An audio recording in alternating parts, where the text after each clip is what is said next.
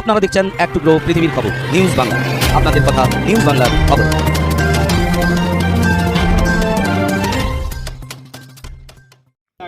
22 December থেকে Kharagpur south eastern রেলে main ওয়ার্কশপে অনুষ্ঠিত হয়ে আসছিল। আজ তার সমাপ্তি এবং পুরস্কার বিতরণী অনুষ্ঠান হয়। 3 দিনব্যাপী এই প্রতিযোগিতার বিষয় ছিল দাবা, ব্যাডমিন্টন, টেবিল টেনিস এবং ক্যারাম প্রতিযোগিতা সহ বিভিন্ন রকম ক্রীড়া প্রতিযোগিতা।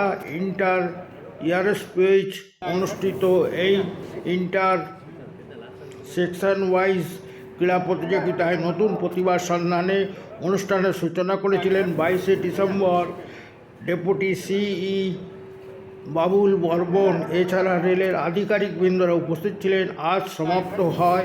অনুষ্ঠানে উপস্থিত ছিলেন প্রধান বক্তা এবং বিশিষ্ট অতিথি CWM রামপ্রসাদ বাইন সহ রেলের আধিকারিকবৃন্দরা উপস্থিত ছিলেন।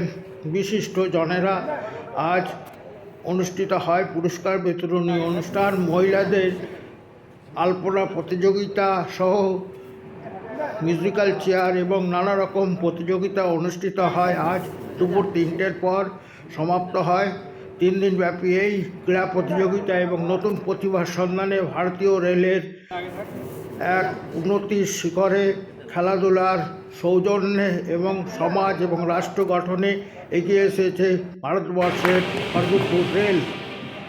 धन्यवाद सर।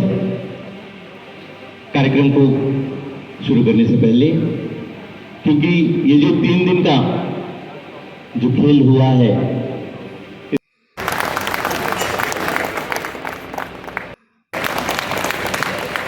अब मैं हमारे स्पोर्ट्स सेक्रेटरी